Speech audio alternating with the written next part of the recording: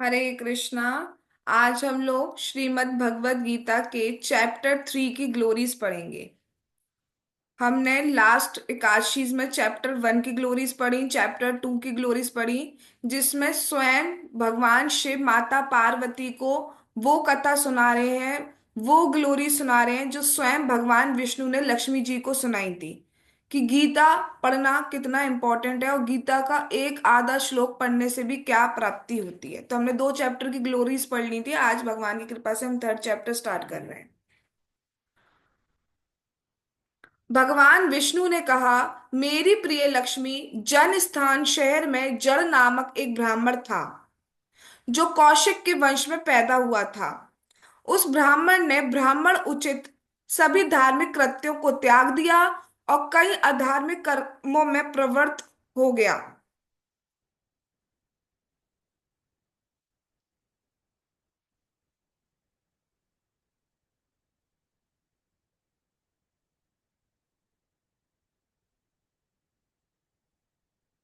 उसे जुआ खेलने, शराब पीने, शिकार करने और वेश्याओं की संग करने में अति रुचि थी। इस तरह उसने अपना धन व्यर्थ कर दिया। वह एक व्यापारिक यात्रा पर उत्तरी देश में गया। वहां रहते हुए उसने बहुत धन प्राप्त किया और जन स्थान लौटने का फैसला किया।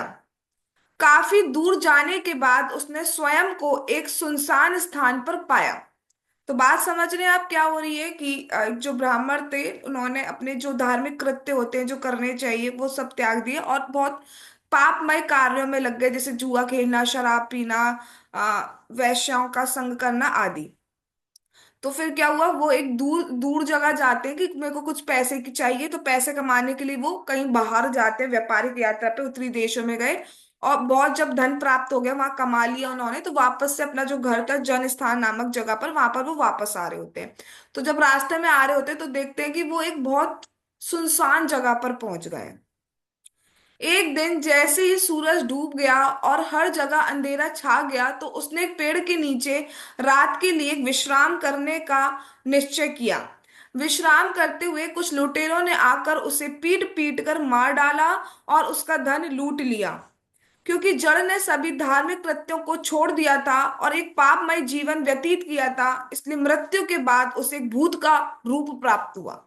क्या हुआ कि जो वो सुनसान जगह में मतलब भटक गए बेसिकली रास्ता, तो वो अपने जन्मस्थान नामक जगह पर नहीं पहुंच पाए। तो रास्ते में वो चल ही रहे हैं, पैदल यात्रा कर रहे हैं, कैसे कर रहे हैं।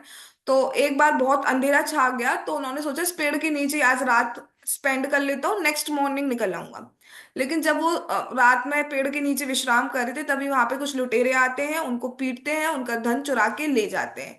और जब वो शरीर त्यागते हैं, इतना पीट दिया जाता है तो उनको, क्योंकि उन्होंने बहुत बुरे कृत्य किए थे, सारे पापमय कार्यों में लगे थे और कोई भी भगवान का तो दूर दूर तक निशान नहीं था, कोई भी धार्मिक कार्य नहीं किए थे, इसलिए उनको एक भूत का रूप प्राप्त हुआ, भूत बन गए, भूत योनि में चले गए। लेकिन जो जड़ था, उनका जो पुत्र था, वो बहुत धार्मिक था और वैदिक शास्त्रों में विद्वान था। जब उसने देखा कि उनके पिता लंबे समय के बाद भी जन स्थान नहीं लौटे हैं, तो उसने जाकर उनकी खोज करने का निश्चय किया। वह अपने पिता की खोज में बहुत दिनों तक इधर उधर घूमता रहा और जिन यात्रियों से मिलता वह उनसे अपने पिता के बारे में पूछता। एक दिन वह एक ऐसे व्यक्ति से मिला जो उसके पिता को जानता था और उसे घटित हुई घटनाओं के बारे में बताया। जब जड़ के पुत्र ने अपने पिता की मृत्यु की खबर सुनी, तो उसने अपने पिता को नार की स्थिति से मुक्त करने के लिए काशी जाकर पिंडदान, बनारस जाकर यानी काशी में जाकर पिंडदान करने का निश्चय किया। तो क्या हुआ, यहाँ पर उनका जो पुत्र है वो बहुत धार्मिक है, विद्वान है, धार्मिक कृत्य करते हैं। तो उन्होंने देखा कि बहुत दिन हो गए, पिताजी तो गए हुए हैं लेकिन वापस लौट के नहीं आए। तो अपना पुत्र कर्तव्य उन्होंने निभाया, उन्होंने ढूंढना स्टार्ट किया कि पिता गए कहाँ, गए कहाँ, बहुत सारे लोगों से पूछा। फिर उन्हें एक ऐसा व्यक्ति मिला कि जो जो स्वयं भी उस यात्रा में गए हुए थे, और उन्होंने बताया कि ऐसे आपके पिता की मृत्यु हो गई है। तो उन्होंने सोचा कि इस तरीके से मैं उनका मतलब कुछ संस्कार, लास्ट रिचुअल्स तो नहीं कर पाया, तो अब मैं क्या करता हूँ, मैं काशी जाता हूँ और वहां पे जाके उनका पिंडदान करता हूँ। अपनी यात्रा के 9वें दिन उसने उसी पेड़ के नीचे विश्राम किया जिसके नीचे उसके पिता की हत्या हुई थी। उस स्थान पर शाम को उन्होंने भगवान कृष्ण की अपनी दैनिक पूजा की और श्रीमद् भगवत गीता के तीसरे अध्याय का भी पाठ किया। तो क्या हुआ, अब उन्हें तो पता नहीं थी, रास्ते में वही पेड़ पड़ा और उन्होंने भगवान की इच्छा से उसी पेड़ के नीचे विश्राम किया जिस पेड़ के नीचे उनके पिता की मृत्यु हुई थी और वो भूत बने हुए थे। तो क्योंकि धार्मिक कृत्य भगवान के भक्त हैं, धार्मिक कृत्य करते हैं, तो भगवान कृष्ण की पूजा की जैसे संध्या टाइम पे हमें करना चाहिए। हमें वैसे तो अपना पूरा दिन भगवान कृष्णा कॉन्शियस में निकालना चाहिए, लेकिन स्पेशली मॉर्निंग का टाइम और इवनिंग का टाइम स्पेशली इम्फेसाइज किया गया है जो हमें जरूर निकालना चाहिए। तो संध्या हुई, संध्या के टाइम भगवान की पूजा की उन्होंने और अपना भगवत गीता के 3rd चैप्टर का पाठ किया, उन्होंने पढ़ा। जैसे ही उनका पाठ पूरा किया उन्होंने अपना, आकाश से एक तेज आवाज आई। जब उन्होंने ऊपर देखा तो उन्होंने वहां अपने पिता को देखा और उनकी आंखों के सामने उनके पिता का रूप एक अत्यंत सुंदर रूप में परिवर्तित हो गया, जिसके 4 हाथ थे। उन्होंने पीले रंग की धोती पहनी हुई थी। उनका शरीर वर्षा के रंग के काले बादल के रंग का था और उनका शारीरिक तेज सभी दिशाओं को प्रकाशित कर रहा था। ये जो डिस्क्रिप्शन आपके सामने दिया गया है कि 4 हाथ थे, पीली रंग की धोती पहने थे, ये किसके होते हैं? कोई बता सकता है ये किसका स्वरूप होता है? विष्णु भगवान। हाँ, भगवान विष्णु का, हाँ भगवान विष्णु का और भगवान के पार्षदों का ये शरीर होता है।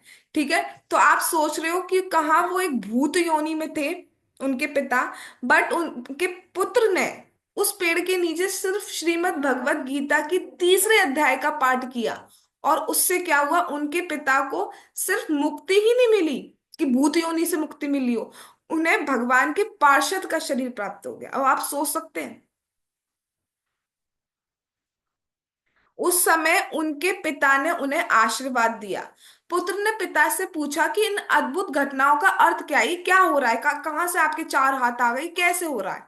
तो पिता ने कहा, मेरे प्रिय पुत्र, क्योंकि आपने श्रीमद् भगवत गीता के तीसरे अध्याय का पाठ किया, इस तरह मुझे मेरे पाप पूर्ण कर्मों के कारण प्राप्त भूत योनि से मुक्त कर दिया है। तो कई बार हम से कह सकते हैं घर पे कि तुम कर क्या रहे हो हमारे लिए, तो हमें खैर ऑल दो उल्टा जवाब तो नहीं देना है, बट वास्तव में जो भगवान की भक्ति करता है उसकी 21 पीढ़ियां तर जाती हैं। पिता ने स्वयं नहीं करा, उनके पुत्र ने किया, पुत्र के करने मात्र से उनको मुक्ति मिल गई। अब आप सोचिए, आप अगर भक्ति कर रहे हैं, आप अगर अगर भगवत गीता भागवतम आदि पढ़ रहे हैं, आप अगर भगवान के पवित्र नामों का जाप कर रहे हैं, हरे कृष्णा कृष्ण कृष्ण हरे हरे, हरे राम राम राम हरे हरे, तो हमें क्या गति प्राप्त होगी?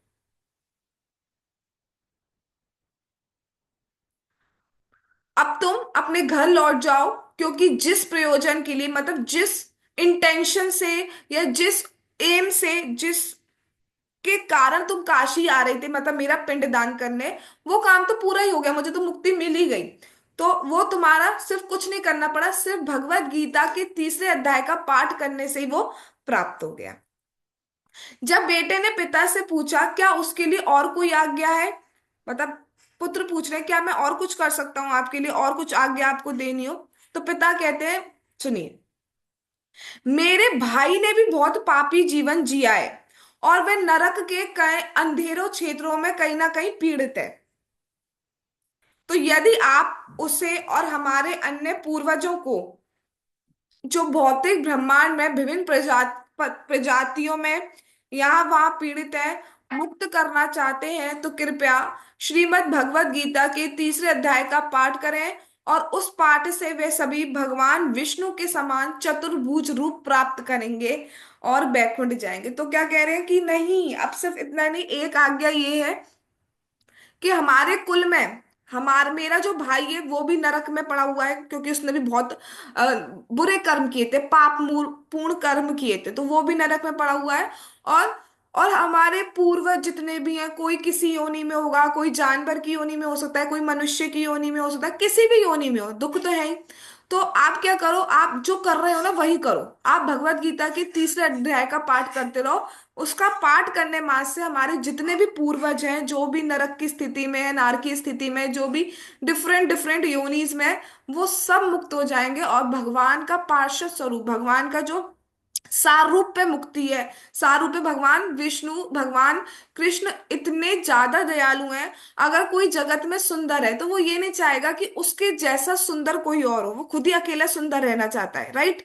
लेकिन भगवान ऐसे अपना जैसा सुंदर रूप वो सामने वाले को भी दे देते हैं कि मुझे नहीं, तुम ही सुंदर बन जाओ। समझ रहे हैं आप लोग, इतने ज्यादा भगवान अच्छे हैं। तो वो कह रहे हैं कि आप सिर्फ भगवत गीता के थर्ड चैप्टर का पाठ करते रहो, उससे हमारा जो पूरा कुल है वो तर जाए। इसलिए कहते हैं जो भक्ति करते हैं उसकी 21 पीढ़ियां तर जाती। जब पुत्र ने पिता की आज्ञा सुनी तो उसने उत्तर दिया, यदि ऐसा है तो मैं तीसरे अध्याय का तब तक पाठ करूंगा जब तक कि सभी आत्माएं जो नारकीय जीवन में फंसी हुई हैं मुक्त नहीं हो जाती। उस समय उनके पिता ने उन्हें इन वचनों से आशीर्वाद दिया। पिता ने कहा तथास्तु। फिर वो वैकुंठ जगत से एक विमान आया। सोचो, वैकुंठ से स्वयं एक विमान आया है और पिता उसमें बैठे और वापस वैकुंठ लोक को चले। जो भगवान की जो भगवान की भक्ति करते हैं वो स्वर्ग भी नहीं जाते, वो सीधा वैकुंठ धाम की प्राप्ति करते हैं, जहां से कोई वापस नहीं आता। यद गत्वा निवर्तन्ते तद धामा परमम मम। और अब क्या है बताओ, चैप्टर 3 को पढ़ने में कोई दिक्कत हो रही है? कोई जीभ घिस जा रही हो, कांटे लग रहे हो, कुछ हो रहा हो? कुछ भी नहीं हो रहा होता है। उसके बाद क्या हुआ, वो पुत्र वापस अपने जन्म स्थान घर को लौट आया और भगवान कृष्ण के विग्रह के सामने बैठ गया और सभी बद आत्माओं को नार की स्थिति से मुक्त करने की इच्छा के साथ श्रीमद् भगवत गीता के तीसरे अध्याय का पाठ करना शुरू कर दिया। जब वे पाठ कर रहे थे तो दिन प्रतिदिन भगवान विष्णु अपने दूतों को यमराज के राज्य में भेजा, जो पापी जीवों को दंड देने के प्रभारी हैं। जब विष्णु दूत यमराज के समक्ष पहुंचे तो उन्होंने उन्हें सूचित किया कि उनके पास भगवान विष्णु का संदेश है, जो क्षीर सागर में अनंत शेष की शैया पर लेटे हुए हैं। उन तो क्या हुआ, वो डेली थर्ड चैप्टर का पाठ कर रहे हैं। भगवान प्रसन्न, भगवान ने क्या किया, स्वयं अपने दूतों, विष्णु दूतों को कहाँ भेजा, यमराज जी के पास भेजा। यमराज जो हम कर्म करते हैं उसका लेखा जोखा रखते हैं और उसके अकॉर्डिंग हमें फल मिलता है कि हमें यहाँ जाना है, वहां जाना है, कहाँ जाना है, कैसा दंड प्राप्त होना है। लेकिन वो स्वतंत्र नहीं है। अगर भगवान ने कहला दिया कि चाहे इसने पाप भी किए लेकिन इसे छोड़ना पड़ेगा, तो उन्हें छोड़ना पड़ता है। और कब कहते हैं भगवान, जब हमने जीवन में एक बार भी भगवान का नाम लिया है, भगवान का नमस्कार किया है, भगवान को स्मरण किया है, भगवान की कथा सुनी है, तो भगवान बचा लेते हैं। तब यमराज जी भी नहीं ले जाते हैं। तो ऐसे ही यहाँ पे हुआ, भगवान ने अपने दूतों को भेजा कि जाइए यमराज जी को मेरा संदेश दीजिए। तो यम भगवान का क्या संदेश है देखिए। उन्होंने यमराज को बताया कि भगवान विष्णु उनके कल्याण के बारे में पूछ रहे थे। मतलब ये पूछ रहे हैं यमराज जी से, आप ठीक है ना, यमराज जी से पूछ रहे हैं भगवान। फिर कह रहे हैं, भगवान ने कहा है कि सभी बद आत्माओं को मुक्त करने का भी आदेश दे रहे हैं। भगवान ने कहा है कि जितनी भी बद आत्माएं, क्योंकि जो जड़ के पुत्र थे जो भगवत गीता का पाठ कर रहे थे, उन्होंने कहा था कि नरक में जितनी भी बद आत्माएं सबको मुक्ति मिल जाए, उनकी ये इच्छा थी। तो भगवान ने उनकी इच्छा पूर्ण करते हुए कहा, यमराज जी को ये संदेश भेजा कि नार के जीवन में जितनी भी बद आत्मा है, उन सब जो भी यातनाएं बहुत कष्ट प्राप्त कर रहे हैं उनको मुक्त कर दो। जब यमराज ने भगवान विष्णु का ये निर्देश सुना तो उन्होंने तुरंत सभी बद आत्माओं को नरक से मुक्त कर दिया। अब ये नहीं कहते फिर कि इनके, इन्होंने तो भैया पाप करें, इनको हम कैसे छोड़ दें? नहीं, अगर भगवान ने आदेश दे दिया है, इसलिए भगवान स्वतंत्र है। ही इज आदि पुरुष, उनके ऊपर कोई नहीं है। He is supreme controller. उन्होंने कह दिया, बात खत्म, नो इफ बट।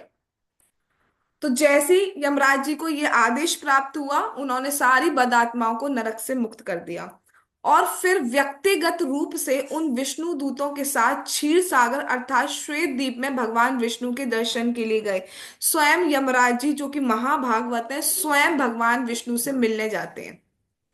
भैया उन्होंने तो नरक खाली कर दिया, एक तरीके से जॉब ही ले ली, पूरा नरक खाली करवा दिया। तो स्वयं यमराज जी भगवान के पास जाते हैं उनसे मिलने, दर्शन करने। जब वे वहां पहुंचे तो उन्होंने भगवान विष्णु को अनंत शेष की शैया पर लेटे हुए देखा। भगवान अनंत शेष की शैया पर लेटे हैं। भगवान विष्णु के शरीर में सूर्यों का तेज था और भाग्य की देवी लक्ष्मी देवी उनके चरण संवाहन कर रही थी। तो जब गए तो वहां पे क्या दृश्य देखा, भगवान लेटे हुए हैं और भगवान से इतना इफल्जेंस निकल रहा है, इतना हजारों करोड़ों सूर्य से जो प्रकाश निकलता है वो भगवान के दिव्य बपू से निकल रहा है। और लक्ष्मी जी जो है वो उनके चरण संवाहन कर रही हैं। और वहां पे जो भगवान है वो चारों ओर से ऋषियों संतों और देवताओं से घिरे थे। और देवताओं का नेतृत्व कौन कर रहे थे, इंद्र कर रहे थे। और जितने भी ऋषि थे, संत थे, देवता थे, वो सब भगवान विष्णु की स्तुति कर रहे थे, वेदों का पाठ कर रहे थे। भगवान ब्रह्मा भी वहां उपस्थित है जो कि वेदों का पाठ कर रहे थे। तो आप देख रहे हो, यही होता है। वास्तव में यही जीवन है कि सब भगवान की सेवा में लगे रहते हैं, स्तुतियां करते रहते हैं। ब्रह्मा जी ऑल दो मैनेजमेंट कर रहे हैं जगत का, लेकिन वो भी वेदों का पाठ करते हैं। वेदों का प्रयोजन ही है भगवान की उपासना करना। तो सब भगवान की उपासना स्तुति आदि कर रहे हैं। तो जब यमराज ने भगवान को देखा तो उन्होंने भगवान के सामने दंडवत प्रणाम किया। भगवान को देखते ही हमें शिक्षा मिलती है कि सबसे पहले हमें दंडवत प्रणाम करना चाहिए। और उन्होंने स्तुति करी भगवान की। तो भगवान से क्या कहते हैं, तो यमराज जी कह रहे हैं भगवान से, मेरे प्रिय विष्णु भगवान, आप सभी बद आत्माओं के शुभ चिंतक हैं। हमारे तुम्हारी भी बात हो रही है, हमारे भी शुभ चिंतक है भगवान, क्योंकि वी आर ऑल्सो बद आत्मा, we are also condition soul. तो हमारे भी शुभ चिंतक है भगवान, हमारे वेल विशर है, वो हमारा अच्छा चाहते हैं और अच्छा ही कर रहे हैं। आपकी महिमा की कोई सीमा नहीं है, एंडलेस है। आप इतनी इतना महिमा है आपकी, वो एंडलेस है। आपसे सारे वेद आए हैं, आप ही काल हैं। और समय आने पर आप सब कुछ नष्ट कर देते हैं। आप तीनों लोकों के कारण और पालन करता है। आप प्रत्येक के हृदय में परमात्मा है। और सबकी गतिविधियों को कौन क्या कर रहा है क्या नहीं कर रहा है सबको गाइड कर रहे हैं, निर्देशित कर रहे हैं।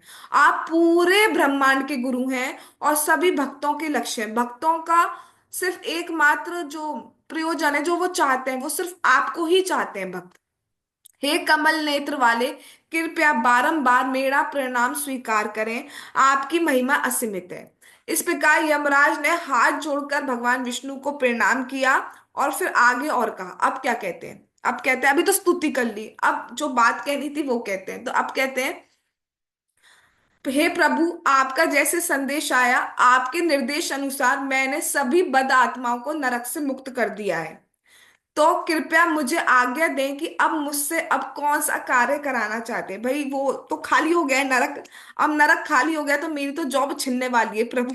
तो अब आप कृपया बता दीजिए मुझे कि मुझे करना क्या है। भगवान विष्णु ने मेघ गर्जन के समान गंभीर और अमृत के समान मधुर स्वर में उत्तर दिया। तो वो कह रहे हैं कि अब मैं आपकी कैसे सेवा कर सकता हूँ, आपने निर्देश दिया कि पूरा का पूरा नरक खाली कर दो, तो वो तो खाली कर दिया गया, अब मुझे क्या करना है। तो भगवान उत्तर देते हैं, भगवान कहते हैं, मेरे प्यारे धर्मराज यमराज, आप सभी के प्रति सम है, समान है। कोई मतलब ऐसा नहीं है मेरा अपना हो गया तो मैं, चलो उसने बहुत गलत कर्म किया लेकिन फिर भी इसको मैं स्वर्ग भेज देता हूँ, या ये बहुत अच्छा है इसको नरक भेज देता हूँ, ऐसा नहीं। सभी के प्रति समान है, जैसा कार्य किया वैसा ही मिलेगा। और ना ही आपको अपने कर्तव्यों के संबंध में मुझसे किसी निर्देश लेने की आवश्यकता है। और भगवान कह रहे हैं कि कुछ नहीं करना, जो आप काम करते आ रहे हो वो करते रहिए, आप वापस लौट जाइए यमपुरी में और अपना कर्तव्य करते रहे। ऑल दो ये नरक खाली हो गया है लेकिन फिर भी कंडीशन सोल इतनी ज्यादा है भी दोबारा से भर जाएंगी दोबारा से नरक भर जाएगा। तो आप टेंशन न ले, आपकी जॉब कहीं नहीं गई है, अभी के लिए खाली हो गया है। वो मुक्त हो गई है लेकिन स्टिल इतनी सारी कंडीशन सोल है जो फिर नरक में आ रही होंगी। तो आप वापस जाइए और अपना कर्तव्य करते रहिए। उसके बाद भगवान विष्णु वहां से अंतर ध्यान हो गए और यमराज जी अपने घर यानी कि यमपुरी में वापस लौट आए। उसके बाद ब्राह्मण ने, मतलब वही जो जड़ के पुत्र थे जो प्रतिदिन भगवत गीता के 3rd चैप्टर का पाठ कर रहे थे, अपनी सभी पूर्वजों और बाकी बद आत्माओं को नरक से सफलता पूर्वक मुक्त कर दिया। सब मुक्त हो गए थे, उस टाइम पे जितनी भी बद आत्मा थी उस नरक में, वो सब मुक्त हो गई। अगर हम उस टाइम होते तो हम भी हो जाते। विष्णु दूत आए और उन ब्राह्मण को भगवान विष्णु के निवास स्थान पर ले गए। और जब जो जो उनके पुत्र थे जो भगवत गीता के चैप्टर 3 का पाठ कर रहे थे, जब उन्होंने शरीर छोड़ा तो स्वयं भगवान के पार्षद आए और उनको अपने साथ भगवान के वास यानी कि वैकुंठ लोक को ले गए। तो ऐसा नहीं है कि उन्होंने सबका उद्धार कर दिया, भगवान कहेंगे चलो अब उसको छोड़ दो, नहीं नहीं, उसके तो भगवान बहुत ही स्पेशल कृपा करते हैं। तो स्वयं भगवान के दूत आते हैं और उनको ले जाते हैं, जहां वे शाश्वत रूप से परम भगवान के चरण कमलों की सेवा में संलग्न होने में सफल हो सके। भगवान विष्णु ने कहा, अच्छा ठीक है। तो इस प्रकार भगवत गीता के चैप्टर 3 की ग्लोरीज पूरी हुई। जो भी भगवत गीता के चैप्टर 3 का पाठ करता है उसका तो कल्याण हो गई, उसकी जनरेशन में जितने भी योनियों में लोग फंसे हुए हैं, अलग अलग पशु योनियों में, स्थिर चराचर योनियों में, भूत प्रेत इत्यादि योनियों में, या नरक नार की स्थितियों में, उन सबको मुक्ति मिल जाती। राइट, तो हमें भगवत गीता का पाठ करना चाहिए। जगत गुरु श्रीला प्रभुपाद की जय, श्रीमद् भगवत गीता की जय, श्री श्री गौर निताई की जय, श्री श्री कृष्ण बलराम की जय, श्री श्री ललिता विशाखा राधे श्याम की जय, श्री वृंदावन धाम की जय, हरे कृष्ण महामंत्र की जय, श्री जगन्नाथ श्री बलदेव श्री सुभद्रा महारानी की जय, नीताई गौर प्रेमानंदे हरि हरि बोल। हरे कृष्णा कृष्ण कृष्ण हरे हरे, हरे राम राम राम हरे हरे। पंचाकल्पतरुभ्यश्च कृपा सिन्धुभ्यश्च पतितानां पावनेभ्यो वैष्णवेभ्यो नमो नमः। All glories to assembled devotees. Hare Krishna. Thanks for coming.